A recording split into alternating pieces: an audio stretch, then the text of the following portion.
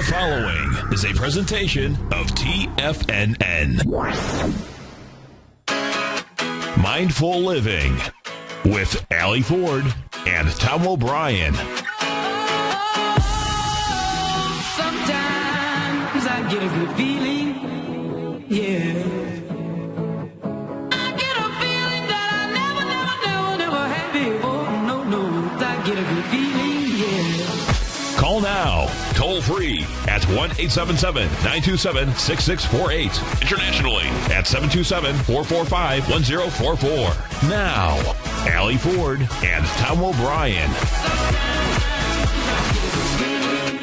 Namaste and welcome to Mindful Living, everybody, where we want to help you get healthy, feel good, and live life to the fullest every single day. I'm Allie Ford, yoga teacher and co-founder of GetMindWise.com, and my fabulous co-host Tom O'Brien is out tonight. Of course, Tom, we send you a bunch of love.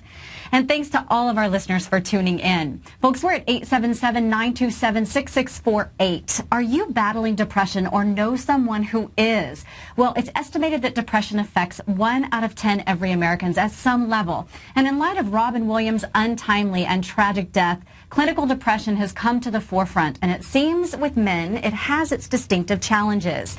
Tonight we're discussing clinical depression, from diagnosis and misdiagnosis to symptoms and treatment, and to specifically how it affects men in today's society.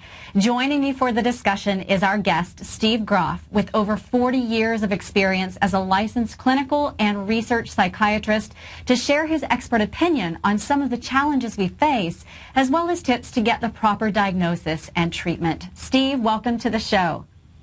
Hi, Allie, and thank you for inviting me. Of course, thank you for joining us. How are you tonight? I'm doing just fine. I should start by saying namaste. Namaste. Thank you so much. A fellow yoga practitioner, or at least a fellow person who acknowledges the light inside of every living being. Thank you for that.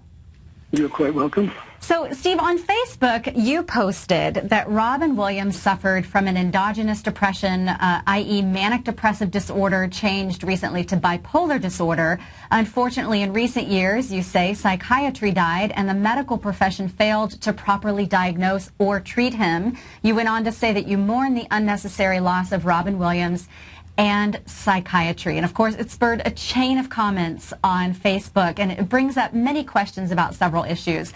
My first question for you is, how rampant is misdiagnosis of manic depression, and why is that happening? Well, it isn't so much that it is misdiagnosed, although that can happen.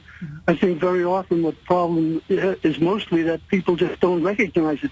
And as I try to point out, I haven't done private practice now for some 20 years, and I've watched, although I remain current, the demise of psychiatry as I used to know it in its golden years. Mm-hmm. So what's happened today is that psychiatry has become split into physicians who are just getting to be known as pill pushers, I should say, and the other part of the equation is the therapy, and that therapy has been, for reasons that are quite difficult to explain, they've been removed from doing the psychotherapy. So today you have therapists, and the word therapy is not a protected term, so anybody can call themselves a therapist, and as a result you have all kinds of therapies, aromatherapy, music therapy, you name it. Yes. And even at its best form, very often a person is then sent to do therapy with one kind of person and to get medication if it's indicated from another. Mm-hmm. So people are not being diagnosed directly, mm-hmm. and I wouldn't say misdiagnosed. I think they're just missing the diagnosis totally. So now, when we look at a person like Robin Williams, I think even an amateur could see that this man has spent his whole life being so over the top, so hyper. Every moment of his life is spent being, if not manic, somewhat hypomanic, but very, very compensated, because that's what he makes a living doing. Right. But what people don't understand, and what they often miss, is the fact that there's the other side of the spectrum, which is the depression. Mm-hmm. So the correct name used to be manic depression, mm-hmm. and you were either manic type or depressed type, and that was recently changed, which I don't think was a good thing, but it's recently been changed to just call it bipolar. Mm-hmm. So you lose a lot of the nuances there. Explain that further when you say you lose a lot of the nuances. What do you mean by that?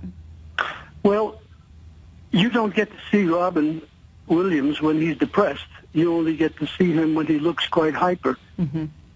And the problem is that when he's being diagnosed by someone, and I recently read that a month ago, before his suicide, he actually went again for help. I don't know his entire history, so much of what I say is just what you can see and what you pick up. But it's not meant specifically to be an actual diagnosis of a patient that I'm in practice with. Of course. And I heard again that even 2 days before he committed suicide, he went again for help. Mm.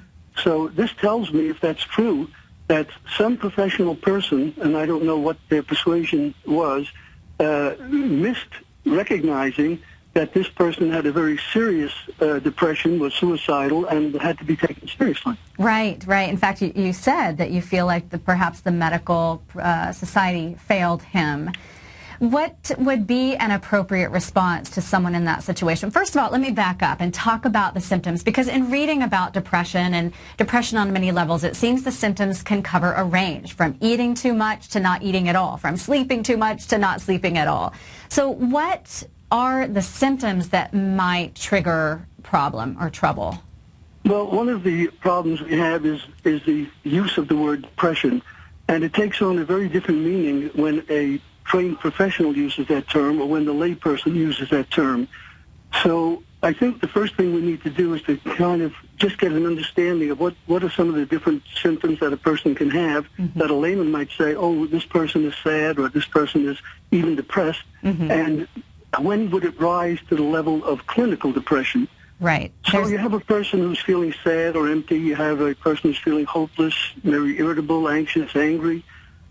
They find that they don't have any more interest in work. The family is starting to suffer. They find that things that they used to find very pleasurable, and that's including sex, could be disappearing. Mm-hmm. People feel very tired. They claim they're unable to concentrate maybe and can't remember details, and this is in people who are not senile. Mm-hmm. And difficulty sleeping, of course, and that could be either way. It could be sleeping too little or sleeping too much. Right, right. And you already mentioned about eating, and, you know, it could be both ways again.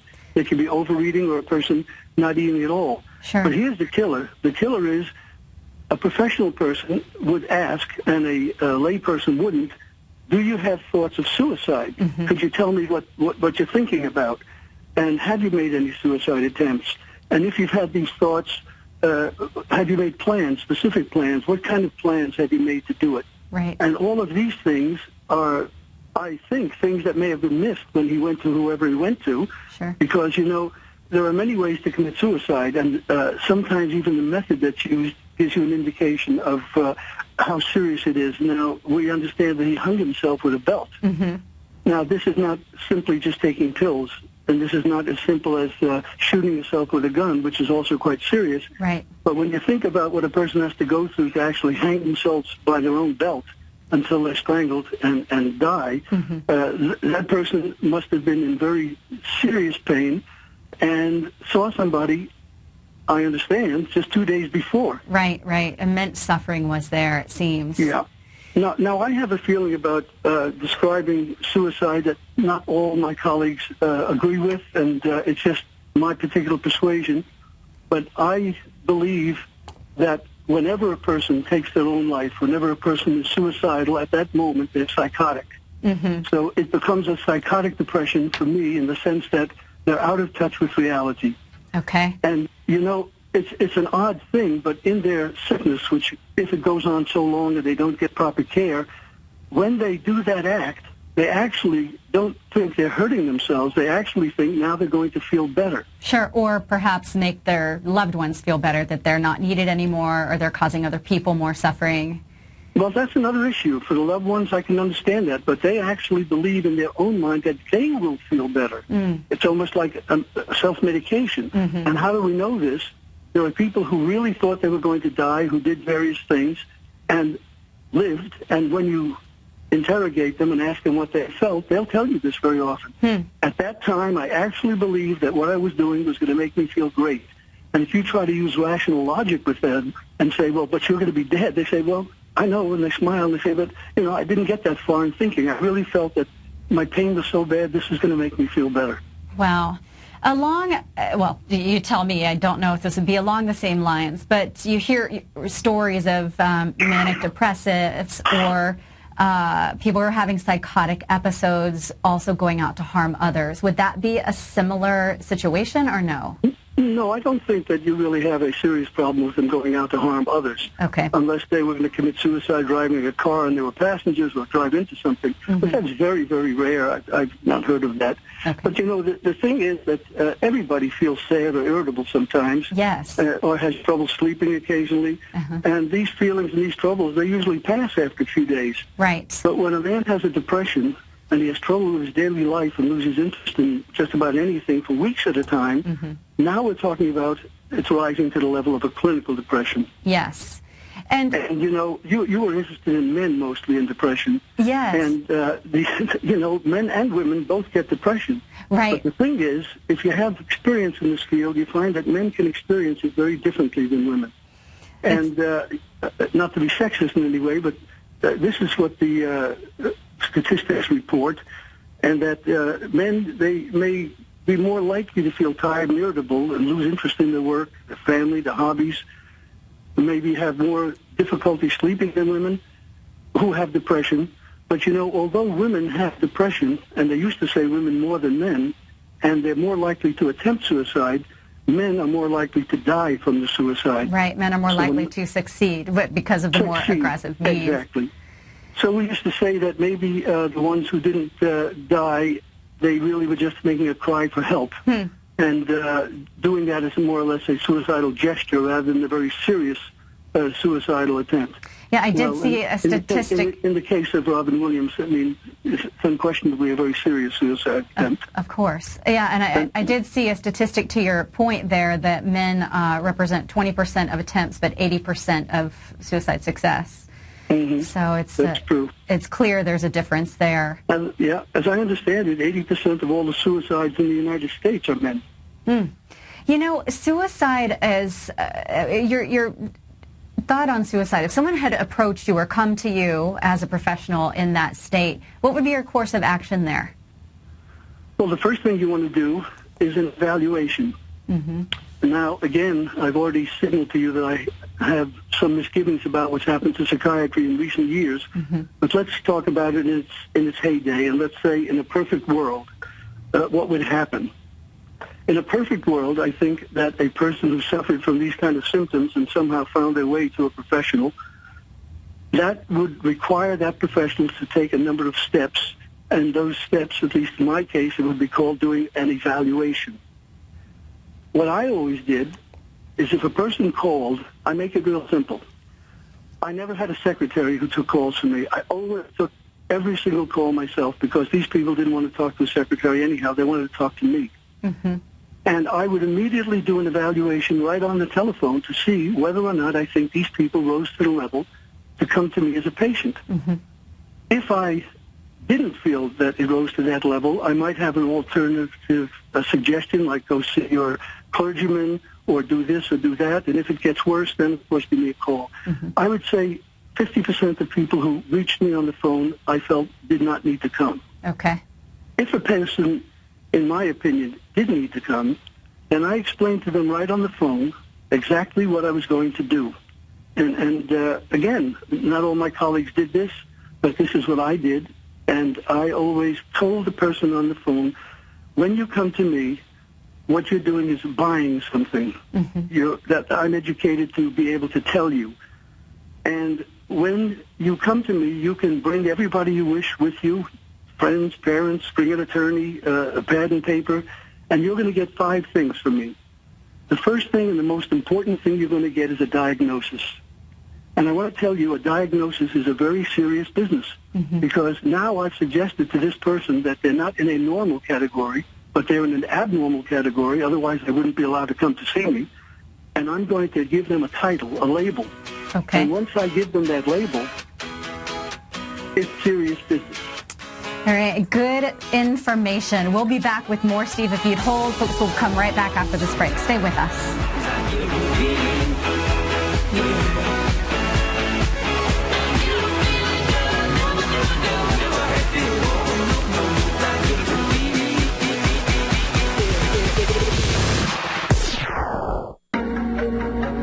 In quiet markets, investors search for new trading opportunities. We'd like to introduce you to a new product that provides opportunities even in flat markets. Nadex, the North American Derivatives Exchange, is a new and innovative Chicago-based exchange registered with the Commodity Futures Trading Commission, and unlike most other exchanges, Nadex allows you to trade directly through them with direct market access when using their trading platform. Nadex never charges a fee to use their platform, which even includes real-time charts and full customization capability. Nadex's unique short-term binary options allow traders and investors to capitalize on strategies even when the underlying markets are quiet. Nadex's innovation has allowed them to come up with a line of unique trading products that are unavailable anywhere else. See how it works at nadex.com. That's NADEX.com, or click on the Nadex banner on the front page of TFNN.com. Futures and options trading involves risk and may not be appropriate for all investors. We're told to follow our passion and everything else will fall into place. I hope that's what each of you are doing each and every day. Hi, I'm Steve Rhodes, host of the Money Master Show at TFNN.com, and my passion for technical analysis is what led me to the most fundamental discovery in pattern recognition, the Rhodes Momentum Indicator, market scanner, and trading strategy. A set of tools that identify the momentum and power of the trend, the likes of which have never been seen before, for every market and every time frame. Yes, folks, the trend is your friend, unless you're on the other side. New to technical analysis? This is the place to start. And experienced traders take advantage of the trend like never before. Experience the power of the Rhodes Momentum Indicator each day, available to subscribers of my newsletter service, Mastering Probability. I guarantee your satisfaction for the next 30 days unconditionally, so there's no risk to you other than being on the wrong side of the trend. Mastering Probability, available on the homepage of TFNN.com. And folks, live with passion. No matter where you listen to TFNN programming, we want you to know you can always access your favorite shows on demand through TFNN.com. TFNN airs live programming every market day from 8 a.m. till 6 p.m. Eastern, and you can view each program by accessing Tiger TV through our homepage. We even have an easy link for all mobile devices, including iPhones and iPads, located at the top right-hand corner of the TFNN homepage. You can use your smartphone to view Tiger TV, but if you don't have a mobile connection that can keep up with streaming live video, then you can simply visit TFNN.mobi in the browser of your smartphone for live streaming audio of all of our programs. The mission of TFNN is to educate our audience directly and interactively through our interactive website and radio call and talk shows. TFNN is able to teach all levels of investors the technical skills needed to trade in today's marketplace. In order to get the best information possible, TFNN has assembled the most respected financial minds in the country to provide the most current news and comprehensive advice available. TFNN.com. Educating investors. Yesterday's gone. Tomorrow's not here. What are you doing right now? Mindful Living with Allie Ford and Tom O'Brien. Oh, sometimes I get a good feeling, yeah. I get a feeling that I never had before. No, I get a good feeling, yeah. Welcome back to Mindful Living, everyone. Today we're discussing clinical depression and speaking with an expert, Steve Groff, who's helping us understand what appropriate treatment plans might look like and what symptoms to be on the lookout for. So, Steve, you were just discussing how you would approach a patient who came to see you with a depression. Correct. And this is what the initial evaluation is all about. And usually an evaluation is accomplished in 1.5 hours would be plenty. Now, I pointed out the first of 5 things that I believe has to happen in that evaluation, what you owe the patient who you've decided to evaluate. The first is the diagnosis. Mm-hmm. After giving the patient the diagnosis, and I always ask them to please write it down, so that when you go to somebody and you tell them what Dr. Groff told you your diagnosis is, you could tell that to someone else and they could use the same idea. We're not on different pages and different diagnoses. They could, anywhere in the world, have a complete understanding of what I mean when I make that diagnosis. Let me just ask you there, what if they seek second opinion and get a different opinion? What do you do then? Seek a third? We're not talking about something that's very, very difficult. Okay. And I think if you were talking about surgery or if you were talking about internal medicine, that might happen more often. Okay. Now, I don't mean to flatter myself, and you call me an expert, and I do have expertise. But that's not something that's ever happened to me, and the diagnosis is not is not the stumbling point, so Okay. that a second opinion would say, oh, no, this person is not depressed at all. I can't imagine that happening. Sure. Okay, good to know. The second thing that I think you owe them is to tell them what the therapy is for that. Mm-hmm. You know, with the right treatment, most men with depression can get better and gain back their interest in work, their family, their hobbies. Forget about getting over being suicidal. Mm-hmm. So you want to tell this person, and please write it down, what I think I'm going to do about it. Uh-huh. And usually what you're going to do about it is going to be, depending on the diagnosis, a combination of psychotherapy and pharmacotherapy. Okay. What that means is medication and psychotherapy. And when I say psychotherapy, I'm really, from my day, talking about psychoanalytically oriented psychotherapy. Okay. Now, another problem we have today is, as I started earlier to say in the program, that a lot of people call various things therapies, but that's not what I'm referring to. Mm-hmm. I'm referring to an age-old practice of psychotherapy, which is based on psychoanalysis, and that's my persuasion, and that's what I have the greatest success with. So that's what the therapy would consist of. Right. And again, a question for you. You did mention on the Facebook post, the chain of conversation went back and forth, that manic depression should have the best prognosis, and that would assume that your patient is following their therapy plan. What if you have someone who is not doing well with the medication, has tried several kinds of medication, and just determines that the medication is not going to help them? Well, that's exactly why I make the next 3 points. Okay. So the first was the diagnosis, and the second was the therapy that you're going to give them. Second was the therapy you're going to give them. And the third is the time that you believe it's going to take for you to accomplish this goal.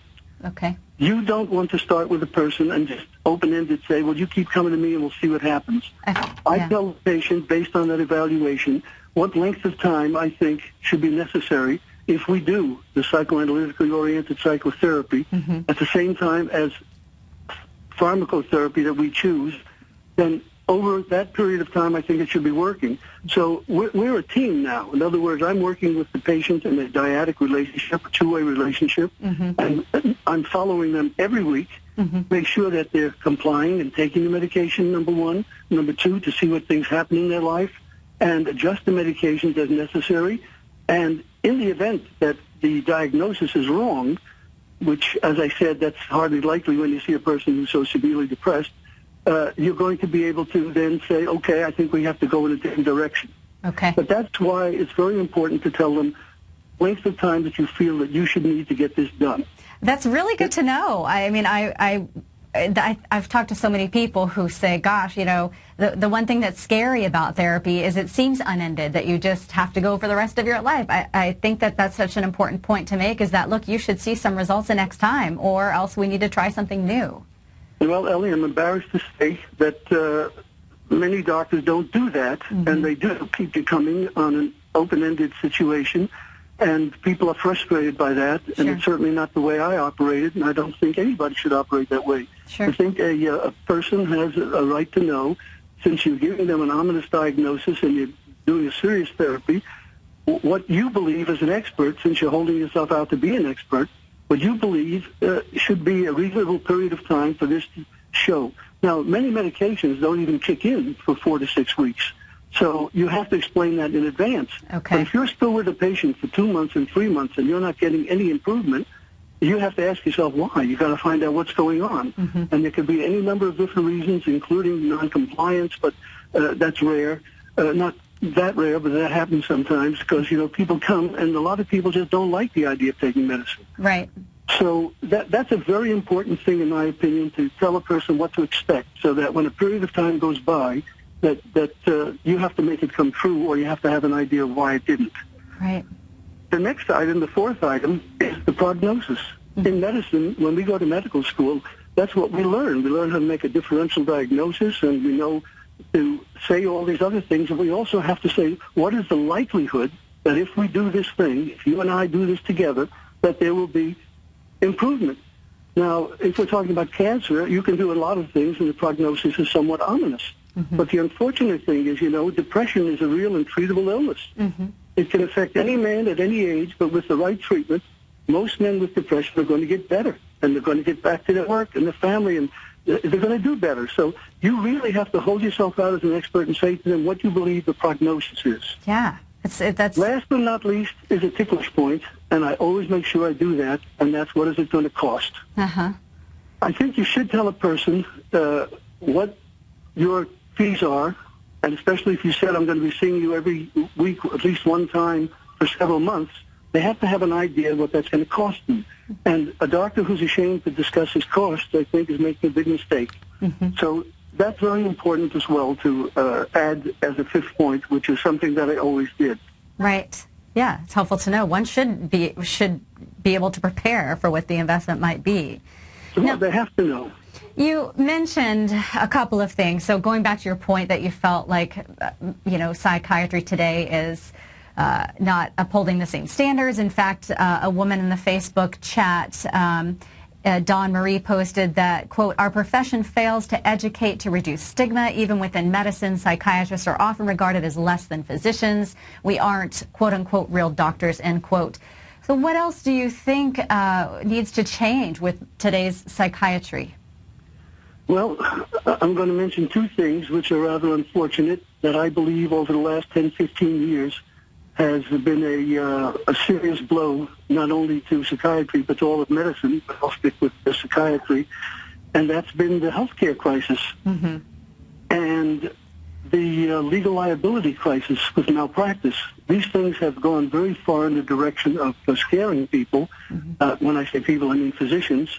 So if you look at obstetrics in Florida, I think every single obstetrician in the state of Florida has been sued at least once, and you can hardly ever get an obstetrician to come to Florida. Mm-hmm. Now, when it comes to psychiatrists, they don't get sued as often, but it does happen. And the healthcare crisis is, I think, combined with the malpractice crisis, a real serious point as to what's happened. For example, it used to be that you could see a patient in psychotherapy once or twice a week, and the insurance would pay 80%, and the patient had a copay of 20%, and you had a relationship.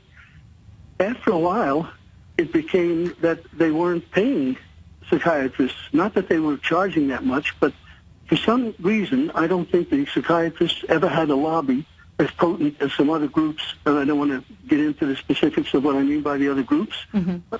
I'll leave that to your own imagination. Mm-hmm. But they began to get paid less and less, and before you knew it, there was a splitting of the patient's therapy into someone who was doing the so-called talking therapy mm-hmm. and someone who was pushing the pills. Right. So doctors were getting paid to do a 15-minute med check, and they were filling their practices up with that because if they were going to make a living, they had to do as many as they could. So you could see 4 in an hour, get them in, get them out, med check. But that has nothing to do with what's going on in the patient's life or for what they've been trained, which is called psychotherapy. Mm-hmm. So now who was doing the psychotherapy? Well, they started to be able to pay psychologists, maybe not as much as the doctors were getting before, rightly so, but they would pay them. They would pay psychiatric nurses. They would pay almost anybody who had the word therapy attached to them, but not an MD. Mm-hmm. So this was one of the things that, in my opinion, caused the death knell of psychiatry as we know it today. And, in a perfect world, I think you would want, if you were ill, to go to a person who had the most training and could do both jobs in one place and have one reasonably adjusted fee that was sensible, than to have to go out and find 2 people or maybe even more than 2 people to get what you would call therapy. Sure. It sounds, it makes just so much sense that it would be more consistent. It seems very disjointed the way you're describing it. The tragedy of all of this is that it is just common sense. Mm-hmm. Yeah. Well, so I want to ask you what, in terms of treatment plans, you've mentioned medication and psychotherapy, and I'm curious what your opinion is of sort of self-help therapies like yoga, meditation, acupuncture. Well, you see, if a person is not clinically fit, as the way, well, I hear the music, so we'll I guess pause there. We'll take a break. We'll come back and answer that question. Stay with us, folks. Okay, great.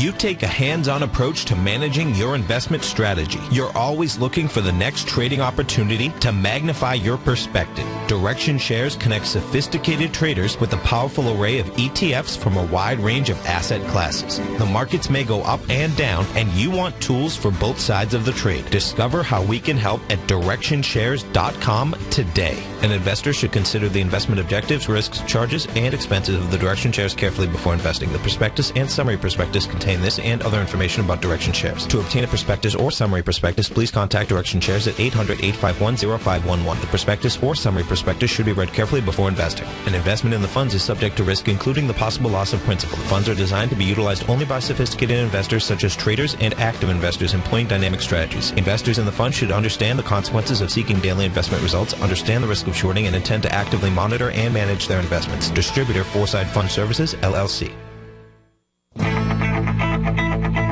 Who says you can't take it with you? TFNN says you can. With your mobile device and TFNN's live radio streams, TFNN has put it all in the palm of your hands. No special apps to download. No subscription fees for live radio or Tiger TV streams. We say you can. Now let's go over to the dollar, because the dollar is going to be the generator. It is the generator of basically higher dollar, lower market. And what the dollar has done, and this whole uptrend, folks, has just gone sideways. The way it works, folks, is this. We say you can. The Tiger Financial News Network. Smart investors and professional traders know you can. TFNN.com. Educating investors. Life is a mystery to be lived, not a problem to be solved. Mindful Living with Allie Ford and Tom O'Brien. Oh, sometimes I get a good feeling, yeah. I get a feeling that I never had before. No, I get a good feeling, yeah. Welcome back to Mindful Living, everybody. So we're discussing clinical depression. And Steve, you were talking about your opinion of holistic therapies or self-help therapies. Well, the problem with holistic therapies and self-help therapies is that they can only help when a person really doesn't have a major mental disorder. Mm-hmm. These things can help everybody, but it's not going to help somebody who really has a serious illness. I always make the comparison to when they wanted you to take apricot juice if you had cancer, and some people took that and got well. Mm-hmm. Well, the only reason they got well is because they never had cancer in the first place, and every reasonable person understands that it wasn't the apricot pits that really could ever cure cancer. Mm. So I think this is a good point for me to mention that, you know, there are different forms of depression, mm-hmm. and some are more serious and some are less serious. Now, just to make it very simple, once you've decided that a person, I've been talking about once a psychiatrist, a medical doctor who specializes in psychiatry, mm-hmm. comes to the conclusion to make a diagnosis, then that diagnosis has to explain to the person in what category of depression that person is. For example, in psychiatry, there are only two major mental disorders, believe it or not, major mental disorders, the one that we call psychotic, where you're really, in the layman's terms, crazy. Mm-hmm. The one has to do with a thought disorder, and the other has to do with a mood disorder. Okay. So the thought disorder connects all the schizophrenias, that group, mm-hmm. people who suffer largely from a thought disorder. And then on the other hand, we have the manic depressive disorders, or now bipolar, and those are all mood disorders. Okay. That's it. That's the long and the short of the major mental disorders. Okay. Now, if a person is suffering from one of those serious major mental disorders, no alternative therapy, no holistic medicine, no anything is really going to cure that without some kind of fantastic medication, and many have been discovered, mm-hmm. which may not cure it, but at least alleviate the symptoms, mm-hmm. and that's the only kind of treatment you could give these patients. Mm-hmm. In those patients, to do psychotherapy, thought therapy, is mostly a waste of time. You're really not expecting those people to be in a position to really do psychotherapy. Mm-hmm. So there, it's really a supportive therapy that you're giving them, and not a psychotherapy that deals with the unconscious and deals with motivations and history and family. Right. Now, when we get below the real major mental disorders, the two that I mentioned, thought and mood, sticking with the mood, we now come to the major depression, where that interferes, and that's what we've been talking about mostly before, but that has a degree of seriousness which gets less as you move to it lasting a shorter period of time, or the symptoms are less, to being then classified as a dysthymic disorder or a dysthymia. And finally, you can end up saying it's just a minor depression, and the symptoms are very much less severe, and they don't last as long. Okay. Now, depending on which of these you're dealing with, your therapy is going to be very different. Sure. So, still, the treatment remains a specialty training in what's known as psychotherapy, in the sense of what a psychiatrist does, and pharmacotherapy in the sense of what a psychiatrist does, which are both in the realm of medical school training. Yeah. And yet you're saying it's difficult these days to find someone who's going to offer both of those services, but your recommendation would be to try? Well, unfortunately, it's not just difficult, it's impossible. Don't find it. I speak to, psychiatrists today, young people, in contrast to when I taught at the university and would have residents that I would teach and medical students. Today, some of them don't even know what I'm talking about if I talk about psychotherapy. They never heard about it. They're very astute in pharmacology. They know all kinds of things about hormones and medications that work this way and that way in the cell synapse, but they haven't got the first idea about psychotherapy. Right. Now, this is why I say that I think psychiatry has had its death knell. It's dead. Yeah. However, I also said, I believe, even in that little blurb I put in, I do believe it's going to come back. Right. And, it has to come back, because psychiatry is in a state right now that's just abominable. So I think it's just a cycle that's going through, and I think within the next 5 to 10 years, if I live that long, I'll be very happy again to see psychiatry come back to its former glory. Yeah, and hopefully with teachers like yourself and people who are out there pushing for positive change, we'll see that happen. Because it seems bleak for people who are seeking then treatment, or maybe not. I mean, potentially you could find perhaps a psychiatrist who works closely with a psychologist, as you say, who's doing the psychotherapy and hopefully, doing the follow-up with their patients. Why don't you ask me to refer one for you? And my answer is, I don't know one. Oh, wow. Yeah, that's challenging. I am so depressed. It's upsetting. I have 3 children, 2 of whom are physicians. Right. So they've been raised in my home, and they know my feelings, and they've gone to pretty fine schools and had a great education. But even there, I find some weaknesses in their understanding of psychiatry.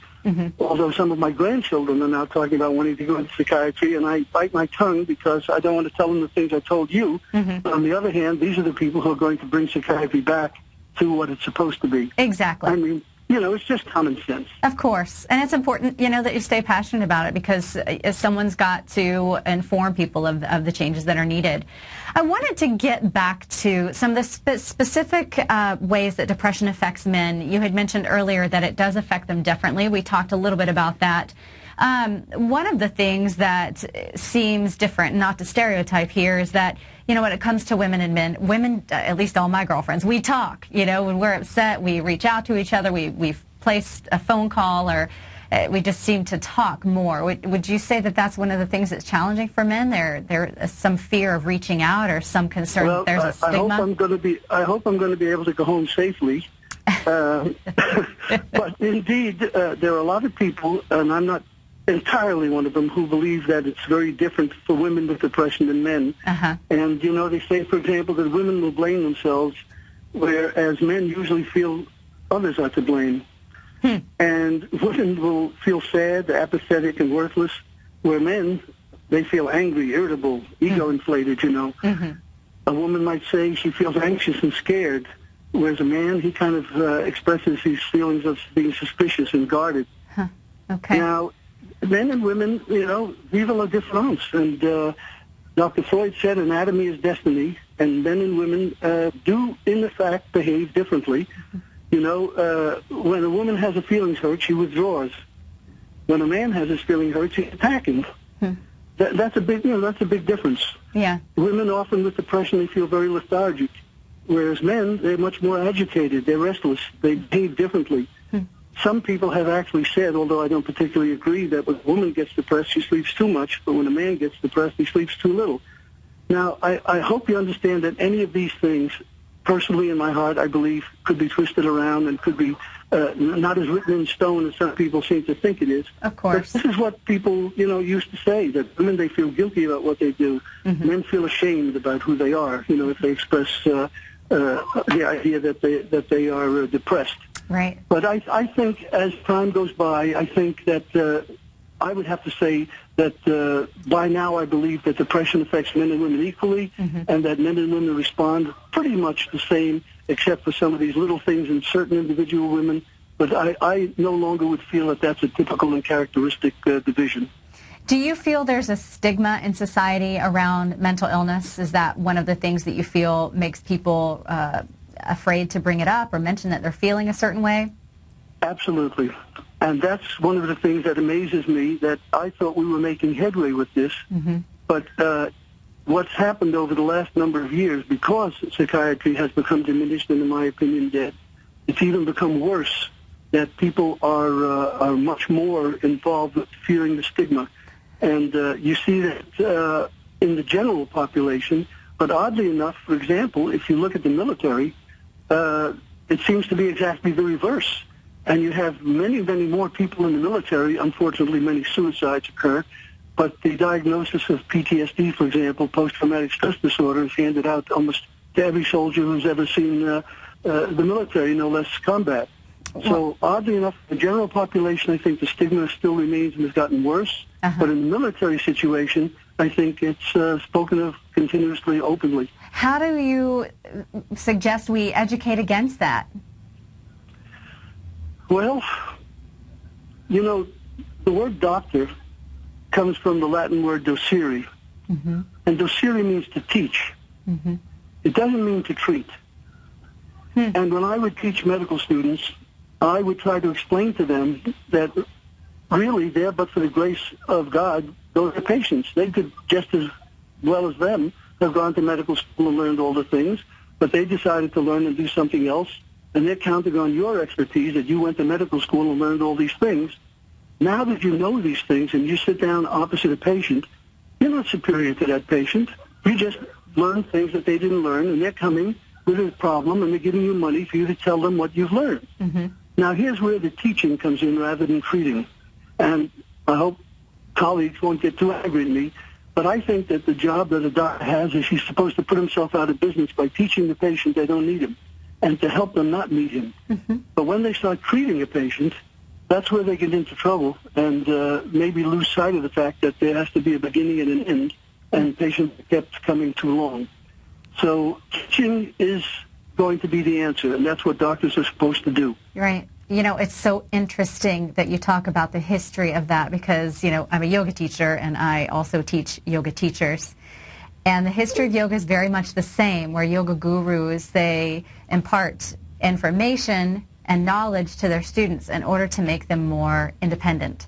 Absolutely. It's really beautiful. There's another thing in yoga that... Yeah, I have to share with you, just by way of full disclosure, that I come from a family that's very seriously into yoga. Oh, beautiful. My wife is into yoga 3-4 times a week. Uh-huh. My daughter, in the beginning I was, years back, don't forget we're married 52 years. Mm-hmm. My daughter went to Mysore to study Ashtanga yoga, uh-huh. and she's a practitioner. Beautiful. But I was always much more involved with Tai Chi, and I do Tai Chi exercise every morning of my life. Yeah. Well, and it speaks to exercise is so closely related to the releasing the endorphins in the brain, and not just that. I mean, the history of yoga is about mental health. So there's a mental component of yoga, from 5,000 years ago. I like to say spiritual rather than mental. Yeah. I like to reserve the mental for patients and the spiritual for everybody else. Surely they go hand in hand. It's all connected, the body, the mind, Absolutely. The soul, or the spirit. Absolutely. So in moving forward, we are talking about, both men and women are affected by depression. And, it seems that communication around this issue is key, though It can be such a sensitive subject, and regardless of the stigma, people might feel embarrassed, they might feel afraid or ashamed, or others who want to approach a loved one that they're concerned about may feel they're walking on eggshells. I mean, what's the best way to approach a loved one that you're worried about? Well, you have to understand that many men don't even recognize or acknowledge or seek help for their depression. Yeah. Somehow they're reluctant to talk about their feelings. Again, if you want to talk about a difference between men and women, I think you already pointed out that about certain things, men are more willing to discuss things. Mm-hmm. So they themselves don't have any understanding of it. They're reluctant to express what they're feeling. But now here comes the killer. They go to professionals who also aren't trained enough to recognize the symptoms and to be able to say what they see, even though the person is unable to express it. Yeah. So you have to understand that I told you that when I do an evaluation that I do those 5 steps. Mm-hmm. Once the patient gets that and decides that they want to come back, that they want to be a patient, I've sold them the bill of goods, right? Mm-hmm. Now I have to teach them how to become a patient. Mm-hmm.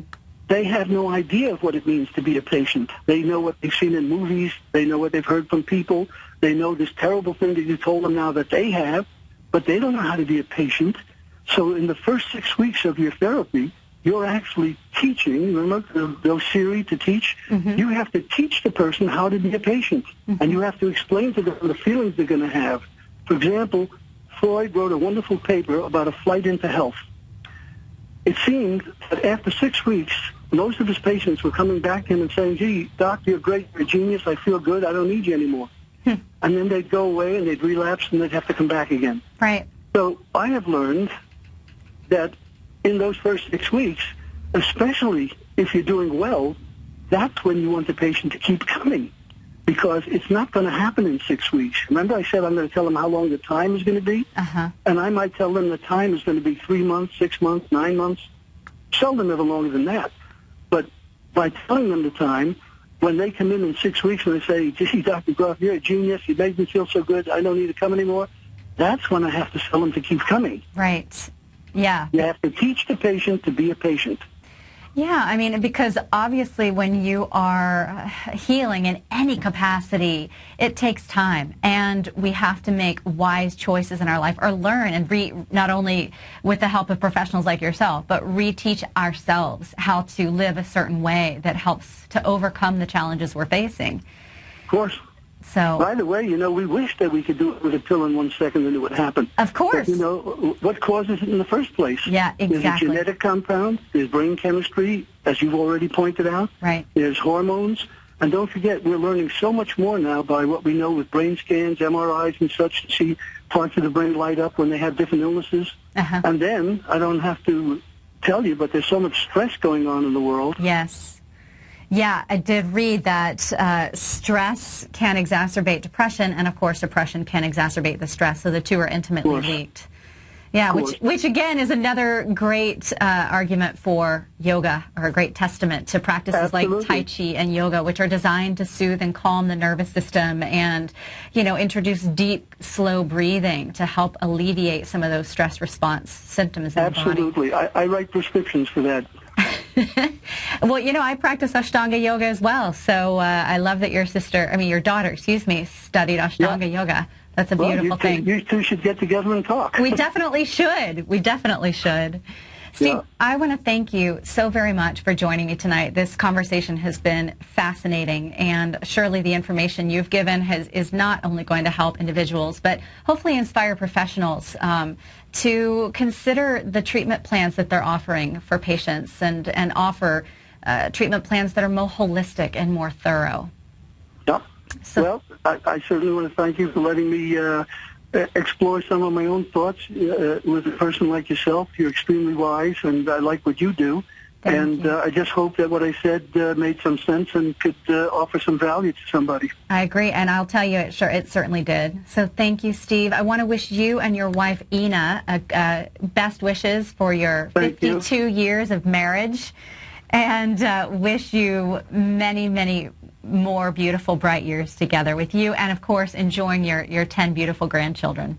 Absolutely. That's what we're heading out for on Friday morning, Awesome. chasing the grandchildren. Yeah, and spending the time, focusing on those priorities in life, those precious moments. So enjoy it, and we'll be in touch. And again, thanks so much for joining us. Thank you so much, Ellie. Bye-bye. Bye-bye. Take care, Steve. So, folks, I want to remind you, if you or anyone you know is struggling with depression or having thoughts of suicide, suicide is not an option. It's not a way out. There is a hotline, a national hotline you can call or give to someone you care about. It is 800-273-8255. Again, that hotline is 800-273-8255. And remember that it's okay to be alone, but if you're feeling alone, and a lot of the time, then reach out. Call someone you love and be with someone you love. Pick up the phone. Conversation, communication is key. And seek out the help that you need, because as Steve Groff just pointed out, the prognosis should be very positive, that there is help available, and it just takes a matter of taking the steps to get it. So with that, summer is coming to a close. School is back in session, or if your family is not back in school, they will be soon. The children will get back in school. And I hope that you'll take the time to pause and reflect with the loved ones in your life, whether they are friends or family, and just talk about those moments, those precious moments that you spent together this past summer.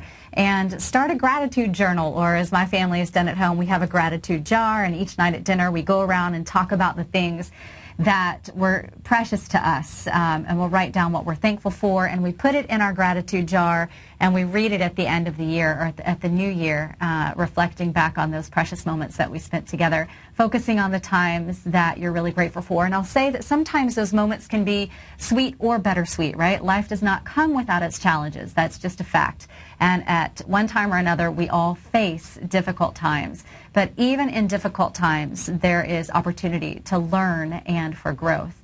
So take that time and reflect on the precious times that you have with your loved ones.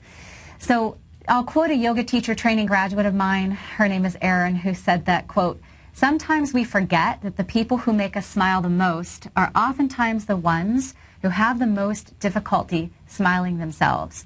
So if you're worried about someone, remember the meaning of yoga is union. We also have a responsibility to reach out and connect with the people we love and care about. Until then, in honor of Robin Williams, a brilliant bright light whose soul touched so many, I wish you health, wellness, and happiness from the inside out. Namaste.